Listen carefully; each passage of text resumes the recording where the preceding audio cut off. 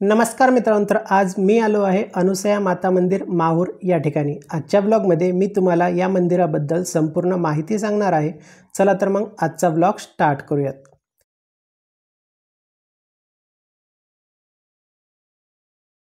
अनुसया माता मंदिर हे स्वच्छ, शांत, निवांत आणि पवित्र वातावरण असलेला हा परिसर आहे। येथे अत्री ऋषींचा आश्रम देखील आहे। येथे आपल्याला खूप सारे माकडे देखील पाहायला मिळतात। या ठिकाणी आपल्याला पायऱ्या चढत जावे लागते। साधारणपणे 15 ते 20 मिनिटात वर पोहोचता येते। पायरी मार्ग देखील सोपा आहे। मंदिराच्या पायथ्याशी पार्किंग उपलब्ध आहे। येथे काही दुकाने देखील आपल्याला पाहायला मिळतात।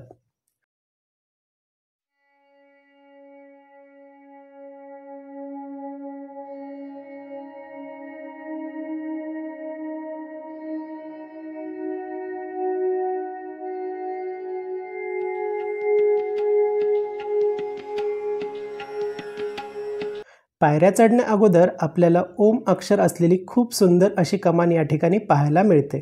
चला तर मग आपण आता वर जाऊ।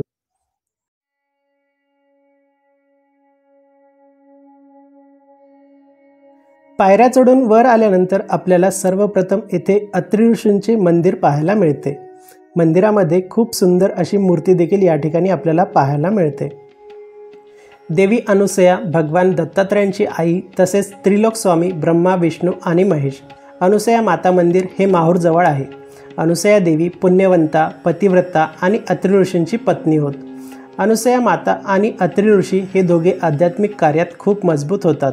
ते योगाच्या मदतीने विश्वाची जास्तीत जास्त शक्ती मिळवतात। त्यांच्या आध्यात्मिक सामर्थ्यामुळे सूर्यासारखे देव आणि देवाचे राजे इंद्रही घाबरले।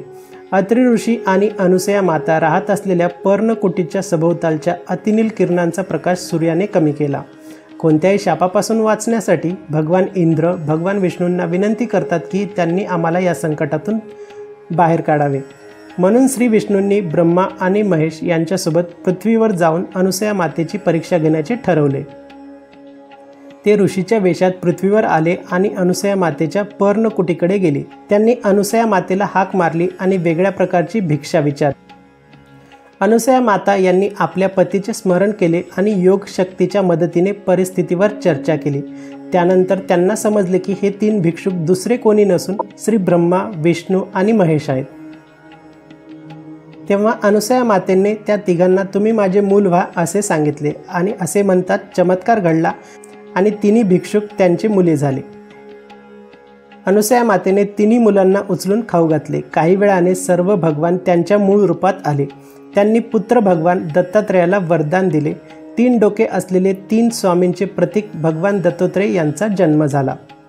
मंदिरामध्ये फोटो काढण्यास परवानगी नसल्यामुळे मला मंदिरामध्ये शूट करता आले नाही। मंदिराच्या बाहेर आपल्याला हनुमानाची मूर्ती पाहायला मिळते। तसेच मंदिराच्या मागे आपल्याला खूप सारे छोटे छोटे मंदिर देखील पाहायला मिळतात।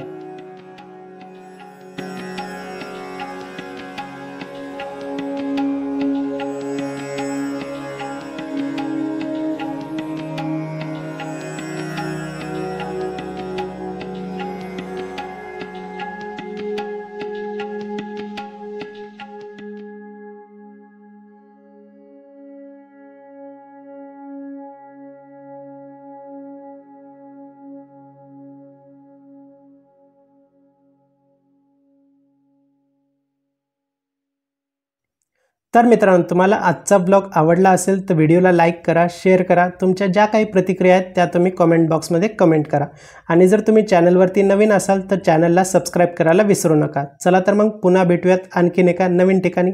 तोपर्यंत जय शिवराय।